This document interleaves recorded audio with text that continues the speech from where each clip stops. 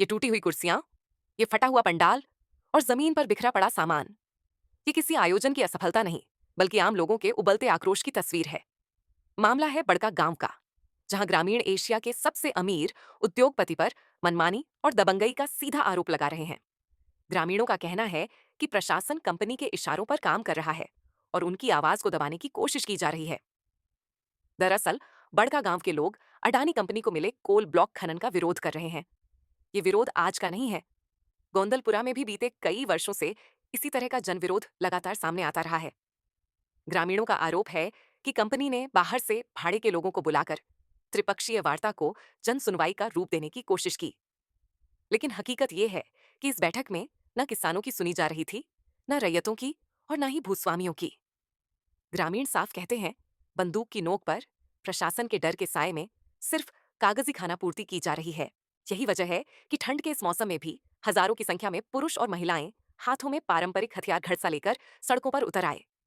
ये कोई बुलाई गई भीड़ नहीं है, ये किसी राजनीतिक नेतृत्व का आंदोलन भी नहीं है।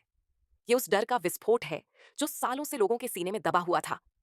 डर अपनी जमीन खोने का, डर अपने गांव से उजड़ने का, डर पुरखों की यादें मिट जाने का, और डर सब कुछ गंवा देने का। यही डर इन ग्रामीणों को एकजुट कर रहा है। यही डर हाथों में हथियार उठाकर प्रशासन के सामने खड़ा होने की हिम्मत दे रहा है। ग्रामीणों को आशंका है कि कंपनी सब कुछ ले लेगी और बदले में मिलेगा या तो नाम मात्र का मुआवजा, या फिर ऐसा मुआवजा जिसका वक्त और तरीका आज तक किसी को साफ नहीं बताया गया। +2 हाई स्कूल बड़का गांव का परिसर आज किसी रणक्षेत्र से कम नहीं दिख रहा था। आसमान में प्रशासन का ड्रोन उड़ रहा था, लेकिन जमीन पर हाथों में तख्तियां और दिलों में इनकलाब के नारे और भी बुलंद होते जा रहे थे।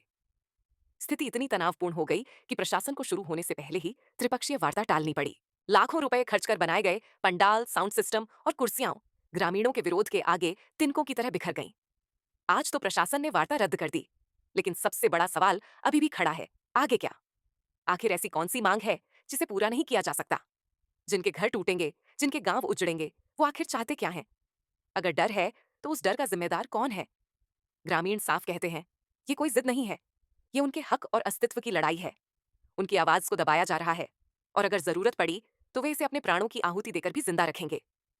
किसी की नजर में ये लोग विकास विरोधी हो सकते हैं, किसी की नजर में जिद्दी और अडियल, लेकिन आज तक कोई ऐसी भरोसेमंद आवाज नहीं आई जो उनसे कह सके, मैं हूं ना।